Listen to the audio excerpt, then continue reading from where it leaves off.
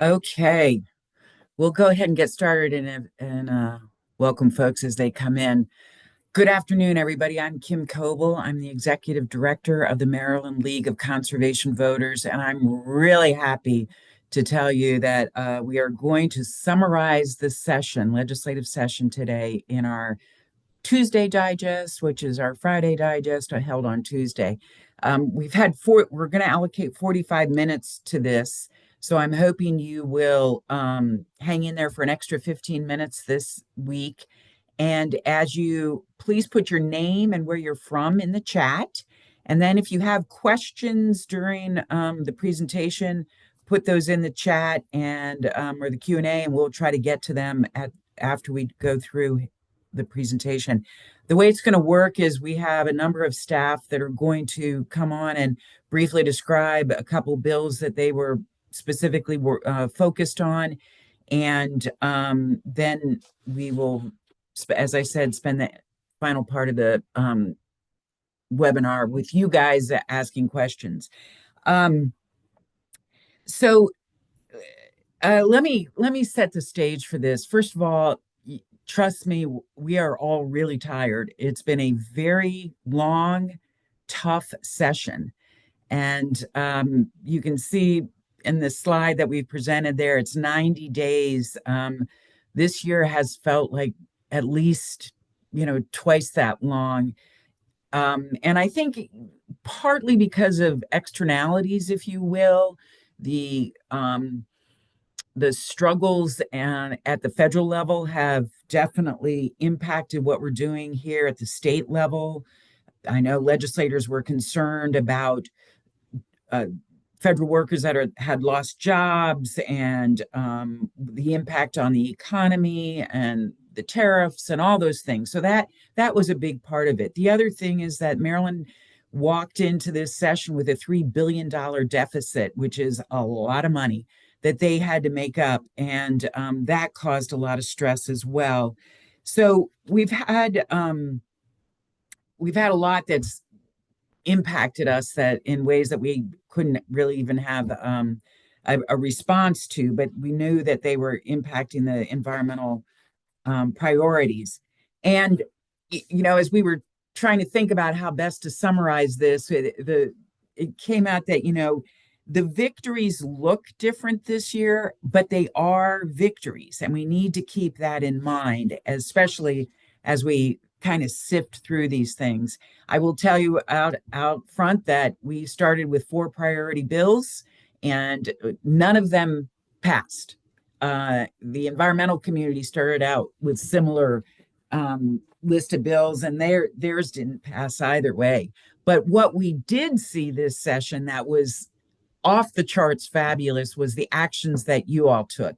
We had almost 4,000 different actions taken by our members, and that included telephone calls and letters. And then we had our first lobby day with a bunch of you came and helped us knock on legislators' doors. We did patch through calls, getting you directly into offices. And we've had over 1,300 people join us for these Friday Digests. This is a record-setting engagement for us, and we're really grateful that you've stuck with us this whole session. Your actions definitely made a difference. While we didn't get our priority bills passed, we got a lot of initiatives through and provisions through. It just looks different, and that's what we're saying is there's still victories. So I think as you hear staff describe them, I'm hoping you'll take that to heart. So let's see. Let me do a quick review on the budget. So the $3 billion deficit and the environmental programs make up about a little over 1% of the state budget. So $68 billion is the state budget, I believe 63 billion, somewhere in there. And we make up a little over 1% of it. So it's not very much. And yet we were seeing suggested reductions that amounted to 40% of the budgets of the environmental budget. So we really went to work on that. I personally testified on a number of bills, the budget bills for the agencies, and the budget leaders were fabulous. So we had some of the good things were that $100 million commitment to alternative energy initiatives was done. The Strategic Energy Investment Fund, which is a big source of funding that comes in through the RGGI program and alternative compliance payments. There's a one-time transfer of over $315 million. And that is tough. That's a lot of money. On the other hand, it was money that was sitting there, and it takes a while for projects to get proposed, designed, approved, and implemented. And so that pot of money was there. And we're hoping that it's a one-time reduction and we can get back at using those funds for energy programs moving forward. Really happy to say that the program open space funding and the Chesapeake Bay Restoration Fund basically were untouched. And that was a huge achievement. So that was really good. So while probably not the best news because we did suffer cuts, there was some of the movement in the budget was to cover agency costs and staffing and just keeping the lights on at the agencies. And we did support that transfer of funds. So in the end, there was a little bit of a balance there. It does underscore, though, the need for a designated funding source for climate programs. And this is something we've been working on for 2 years. We supported the Coal Dust Cleanup and Asthma Mitigation Fund, which is the fee on the transport of coal across the state. And unfortunately, that did not get through either chamber this year. And we're sorry to see that. We felt a strong bill. We had University of Maryland researchers tell us that that it would not result in coal companies moving to Norfolk to get their coal transported across the oceans. But nonetheless, we couldn't get it moved. So we were sorry to see that. It does not negate the need for that that focused and funding source for climate programs. So kind of a mixed bag on the budget, but believe me, it could have been worse. And thank you all for weighing in on that one. And now let me turn it over to Rebecca Rear, who will talk to us about the Next Generation Energy Act. Thanks, Kim, and hi, everybody. Thanks so much for joining us 12 hours after the session ended to review everything. We're so grateful for all your engagement. And so, as Kim mentioned, we started with priority legislation, which did include the Abundant, Affordable, Clean Energy Act. But when it came to energy this session, it was dominated really by 3 bills from legislative leadership that were introduced pretty quickly with limited stakeholder input as introduced. The bills, interestingly, held a joint hearing, which is an unusual step at the end of February. All 3 bills were heard in the same hearing, and the Senate and the House the committees came together to hear the bills, and it was in the brand new Department of Legislative Services building in this beautiful room. And it was we were glad to be a part of that hearing and watch, but it was definitely sending a message that these are priority bills for the legislature. And that's why there was so much focus on these 3 bills. And we, really ended up spending a lot of work on the Next Generation Energy Act, which is what I'm going to talk about. And I know folks on the line are familiar because you all weighed in and made your voice heard throughout the session. So I want to echo Kim's thanks to all of you. Of these 3, when we read through the initial introduction, really the most concerning was the Next Generation Energy Act. We, spoiler alert, supported the other 2 from the beginning, had letters of support. But then the Next Generation Energy Act, we actually had expressed a lot of concerns as it was introduced. when it was introduced, it was really focused on fast tracking new energy generation and very clearly was meant to prioritize fossil gas plants with minimal public input and no environmental review. The original bill proposed fast tracking approval for new plants by stripping vital community notification and participation, automatically approving sites where higher emission plants were retiring. So think about places where we're seeing coal plants retire. The bill actually said in order to fast track these gas plants, you can presume the site is okay. And this last piece requiring state agencies to waive regulatory review to comply with expedited processes. So this was very concerning to say that any impacted agency shall waive any regulatory review. And so we really it's not just ill-advised, it's dangerous, not only for our climate goals, but for communities already facing environmental burdens. And through intensive advocacy and negotiation, the final bill really looks dramatically different, not only in the way that it proposes this expedited permitting process, but also what else got into the bill. And so we were able to successfully remove language that presumed any site with a retiring energy plant was automatically suitable for a new gas plant. That was just struck. Lines through it, gone. We also worked to restore the full 90-day public participation period for overburdened and underserved communities. We eliminated the language requiring that waiving of all regulatory requirements. Again, it's when you get the updated copy and you see just bold lines through that language, it's like you said, we all had a collective sigh of relief. We also interestingly, the expedited process was also improved with the inclusion of a 4-to-1 ratio, requiring that 4 non-emitting projects be approved for every 1 emissions producing project. So this helps open the possibility that clean energy and storage projects can also be expedited through the permitting process. So we saw that as a good thing, that requirement of a 4-to-1 ratio.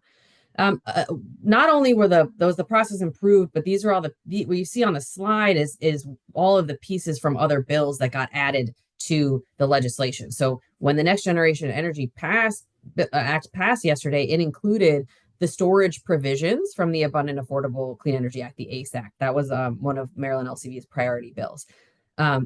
Great, important work to have storage on a grid. Another idea from the ACE Act was to create an escrow account from the money the state collects through alternative compliance payments, or ACPs, that electricity suppliers are assessed when they are not meeting the state's renewable energy goals. This idea also made it into the Next Generation Energy Act, although slightly differently than originally intended.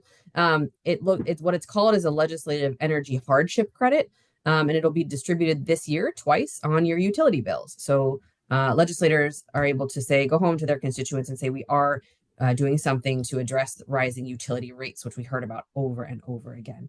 The Ratepayer Protection Act requires utilities to prioritize ratepayer benefit and safety when it comes to gas infrastructure, or our STRIDE program. The Reclaim Renewable Energy Act, which removes waste to energy from the RPS, passed in this bill. That represents the better part of a decade's worth of work, especially from environmental justice advocates in this state. The Ratepayer Freedom Act, prohibiting utilities from using ratepayer funds for unrelated business expenses, passed in the Next Generation Energy Act.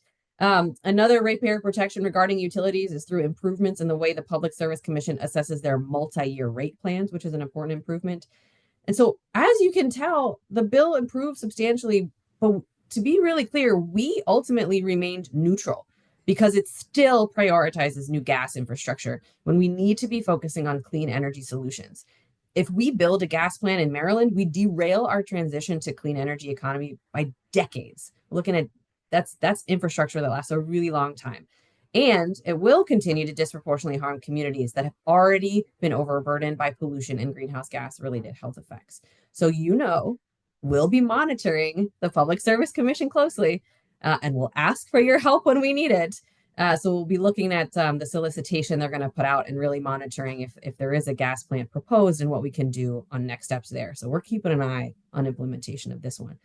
And I'm going to pass it over to Kristen now to talk about the Renewable Energy Certainty Act. You saw there were 3 bills. She's going to talk about that middle one just briefly. There's that third one, the Energy Resource Adequacy and Planning Act, which creates a new office at the Public Service Commission to focus on long-term energy planning. We're seeing increases in electricity demand and rates that we need to prepare for, and this office will lead that work in a comprehensive rather than piecemeal way. And with that, over to Kristen. Thanks, Rebecca. Yes, so as Kim said, this has been a barn burner of a session, and we are all, as Kim said, quite exhausted, but very grateful to all of you for all of the work that you did to make all of the things that we're talking about possible, and to make progress in so many places. Again, victory looks different, but I think we all are feeling like even though it looks different, these victories are still victories. And one of the ones that I'm very excited to get to talk about is the Renewable Energy Certainty Act, which deals with one of the gnarliest issues in terms of energy development and renewable energy development. That's solar siting. And just very quick background, we passed, in part because of the work of Maryland LCV and so many others, we passed a bill in 2019 that created a carve-out to require that we have 14.5% of our renewable energy coming from solar programs. But where do we put the solar?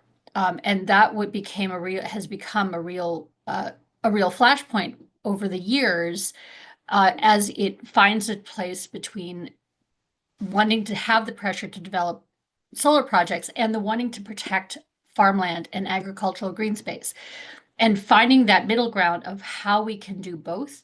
It has been very difficult, and we've been working on this for a long time, because one of the things that's right now, until this bill gets passed into law, currently the smaller projects, which are between less than about 10 acres, are subject to local zoning and control. Anything over that can preempt those local zoning and permitting decisions are preempted by the state's certificate for public convenience and necessity. It's a very wonky term, but the moral of the story is right now, solar can go anywhere in the state without any guardrails for how it goes on, because of the state preemption. And this has been a problem, because while we absolutely support the development of solar projects around the state, we were very engaged in developing solar. We've been very engaged in passing this legislation. We also respect and know that solar needs to incorporate with our community values and with our state, and other values that we care about, like protecting open space and forests. So what does the Renewable Certainty Act do? The Renewable Energy Certainty Act was painstakingly negotiated over the last however many months, especially, but it does basically 3 things. It sets guardrails for developers on how they can install solar on green space to protect soil health, prevent runoff, and encourage incorporating agrivoltaics and other co-benefits to make sure that when solar projects go in, they're protecting the soil and the land that they're developing on, to be gentler on the earth. And it permanently protects 95% of the priority preservation in every county from state preemption on solar development. And this is huge. Again, right now, 100% of priority preservation areas could be preempted by the state to develop on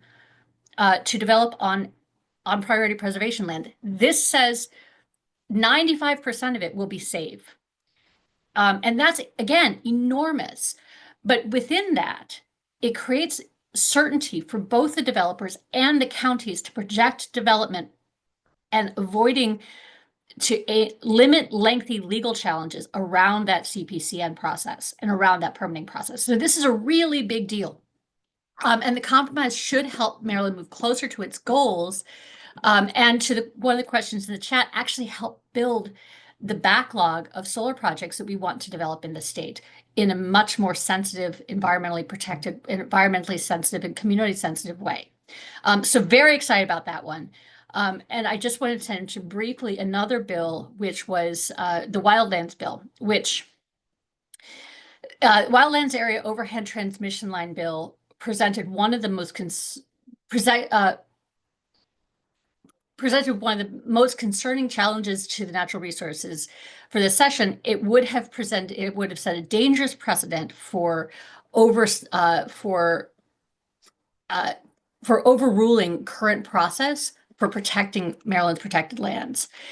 As it was introduced, it would have granted a special exemption for a transmission line to run one of those giant high voltage transmission lines through 3 of our most protected areas of the state wildlands, some of our most pristine and protected natural areas. And it would have been the first time in Maryland's history that we opened up these specially designated wildlands to new transmission infrastructure development. But what made it even more troubling beyond that basic is that there is a process by which transmission lines can be built in wildlands, but that process was being leapfrogged in this legislation. So we were very concerned, and we worked in opposition to it, but we also worked with key partners like from around the state. Many of the local environmental activists in Western Maryland, where this transmission line was going to be built, key partners in the environmental community, and we secured several amendments that restored the requirement for a robust environmental review process. It reinstated the public participation requirements that had been was one of the things that was leapfrogged in this legislation. And it added significant limitations on where and how the transmission infrastructure could be placed within the wildlands. It put things back into the process back into place. So this was highlighted sort of the need for vigilance when it comes to our protected lands and protecting forests and the most precious lands that we have in the state. And to make sure that we're working with our partners to make sure that we're representing our communities. And with that, I'm going to turn it over to Marissa to talk about some other things. Thank you, Kristen, and thank you for sharing all of that information about solar siting and about our defense we played on wildlands. I'm going to change topics a little bit and talk about a couple of bills related to clean water and our Chesapeake Bay.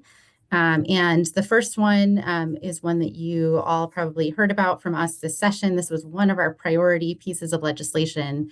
We called it the Nearshore Farm and Finance Act. It was related to tidal buffers. And the idea behind this legislation was to reduce or increase the buffer on which you can place fertilizer.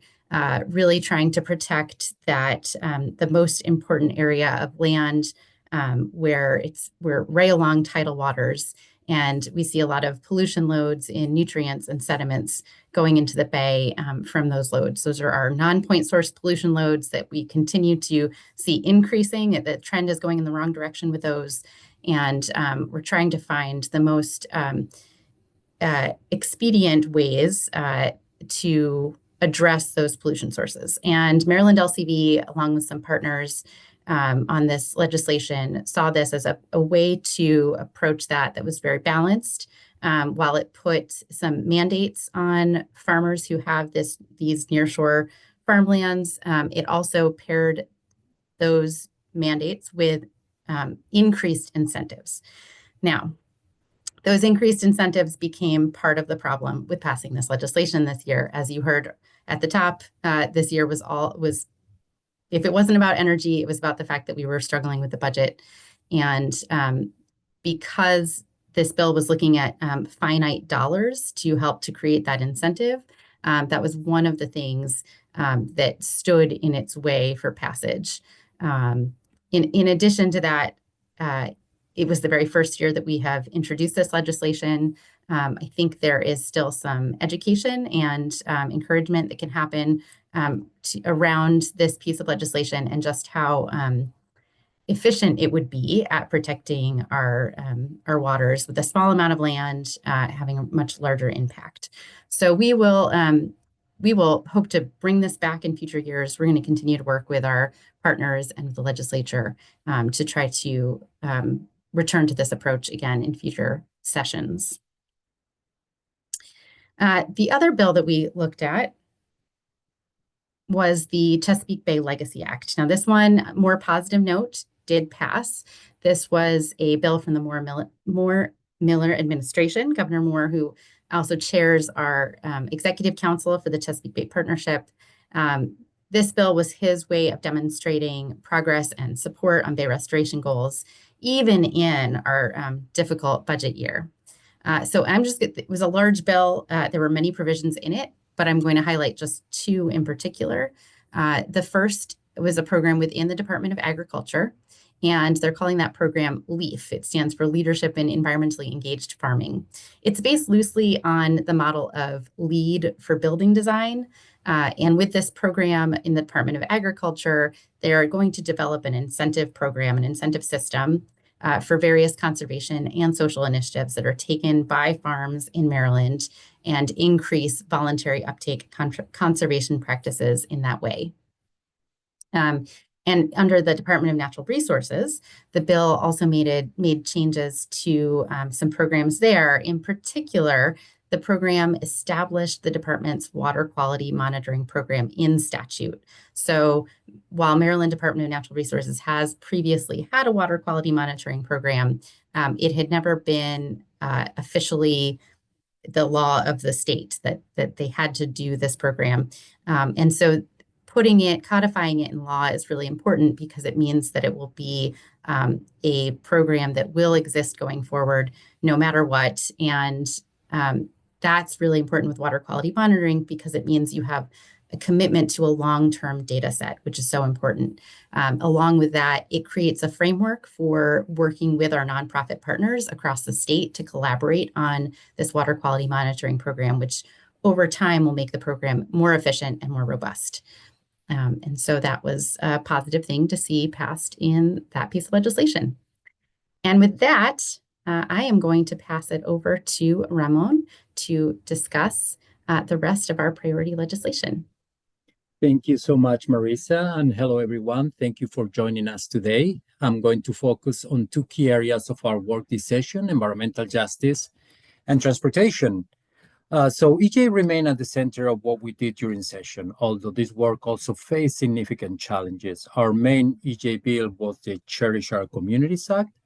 This bill focused on addressing a critical gap in Maryland's environmental protection system by reforming the permitting process to consider cumulative impacts in pollution in already overburdened communities in Maryland. Currently, Maryland does not evaluate how multiple pollution sources in one area combine to affect residents when considering new permits to pollute. So this means that new permits are reviewed in isolation without considering the total impact on local residents' health. So the CHERISH Act will help stop that. It will make sure that EJ communities that already face heavy pollution burdens are not forced to accept more pollution without proper safeguards and benefits, following other states like New York, New Jersey, and Minnesota.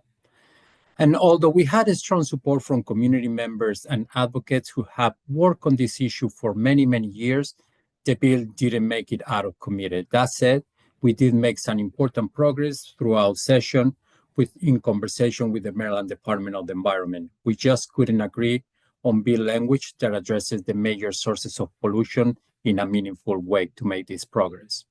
We will keep working with our community partners and allies over the next few months, again, to prepare this legislation for 2026, incorporating the lessons that we learned this year. We also defended against efforts to weaken advanced clean cars and advanced clean trucks, two key programs that require car and truck manufacturers to sell more zero-emission vehicles in Maryland. Those programs are vital for cutting air pollution, protecting community health, and slowing down climate change, especially since transportation is the largest source of greenhouse gas emissions in the state. A bill was introduced to delay those programs, but after a strong pushback from the environmental community, Governor Moore issued an executive order affirming that the state already has flexibility when it comes to enforcing those two programs.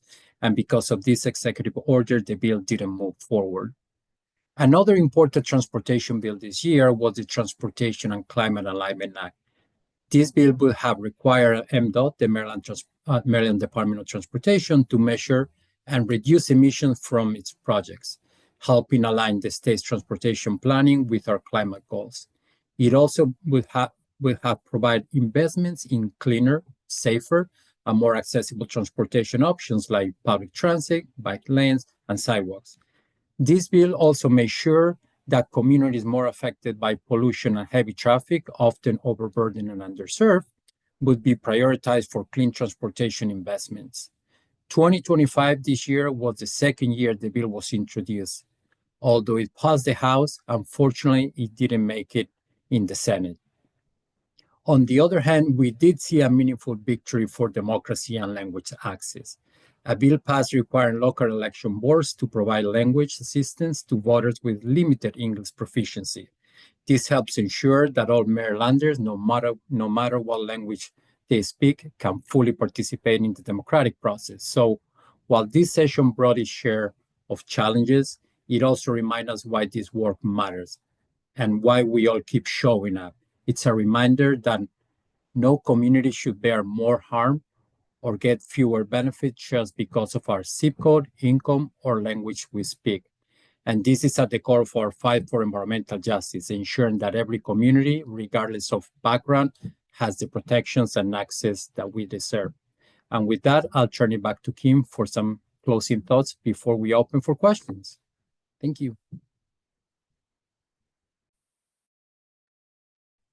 Thank you, Ramon, and thank you, everybody. I want to first express a lot of sincere thank you to the staff who have been phenomenal this session. A lot of hard work, a lot of issues that took some deep study, some deep thinking, and some deep debate. And I really appreciate their professionalism, their hard work, their passion. And we wouldn't have achieved what we did without the staff in particular, and as well as all of our members there. So I want to thank you for that. So let me hit a couple questions that are coming in, and before I wrap it up here.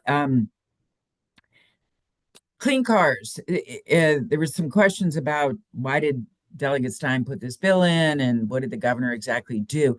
Delegate Stein is one of our green champions. He's been probably almost one of the best legislators on conservation issues that we've had. And he introduced this bill late, and he talked with both Kristen and I before he put it in to let us know that he was doing it in response to the auto manufacturers' real concern about being able to meet the percentage that's in the Clean Cars 2. The way that program works is we've adopted the California model and the California approach to clean cars, and it's a increasing percentage of the cars sold in Maryland need to be clean over increasing percentage over years. And they're very concerned about meeting those, partly because of the uncertainty that's happening at the federal level, not only just tariffs and car supplies and parts, but even incentives, because a lot of people were buying electric cars because of the financial incentives, not sure what's going to happen with those. So he wanted to make sure the program stayed intact, but what his bill did is to freeze any penalties. So for 2 years, MDE couldn't enforce the program. It couldn't say that we would be issuing penalties if the manufacturers didn't meet the reductions. We disagreed with Delegate Stein on this bill, and it doesn't mean he isn't a great champion. This is just one where we disagreed with him and worked really hard to try to get some amendments in, try to get it changed, and expressed our concern to the governor's office as well, that we didn't believe that this was a good bill for Maryland, nor is it a good bill for the national scene, because there's 12 other states that have bought into this California approach to clean cars. We felt that if there was a legislative action around this, that it could really cut the knees out from all the other states as well. So surprised on Friday when we saw the executive order from the governor that basically acknowledged the benefit of the Clean Cars program and the Clean Truck program, but kept the freezing of the penalties so that MDE had the discretion but would not issue penalties. And most importantly, created a work group to really figure out how this program will move forward in Maryland. Maybe there's different ways to tweak it. Maybe there's some ways to make it more appropriate for Maryland. So there'll be a work group that has to write a report by the end of December. So this is one of those ones where the victory looks different. We were shooting for that bill to go down, and while it went down, what got it put in place was from the governor, and it was the executive order. So that's with that one. Let's see. Yeah, maybe Rebecca, can you speak briefly on energy bills and what you mentioned that there was part of the next gen bill that will allow for two $40 payments for every ratepayer this year to help ease the burden of the electric bills. But what else? Was there anything else in those bills that really address ratepayer impacts? Yeah, thanks, Kim. That's a great question, and one that we get a lot, and one that legislators are getting a lot. And so really what's interesting about the way that we the Next Generation Energy Act passed is that so there's that immediate relief, right? And it's sort of a fund these alternative compliance payments. We're using that it would normally go into the Strategic Energy Investment Fund. It's going to go into right back to ratepayers. The way we're going to see a difference on utility bills are some of these longer term programs, like the multi-year rate program. Maryland had a pilot program that launched in 2020 from the Public Service Commission that created these multi-year rate plans for utilities. And the initial pilot was done, and we saw increases go up and up and up from utilities. And actually, what this does is changes the way that the state is going to do those multi-year rate plans after learning from the pilot program, so that you don't see these annual increases. And there's a different way to provide oversight and accountability for that program. It also addresses STRIDE, and so you'll see some ratepayer relief from the way that we focus on safety. So there's a lot of demand for utility accountability in general across energy bills, not just in Next Gen. We saw it in a couple other places in the way that there's transparency for the way that utilities vote at our regional grid operator, PJM.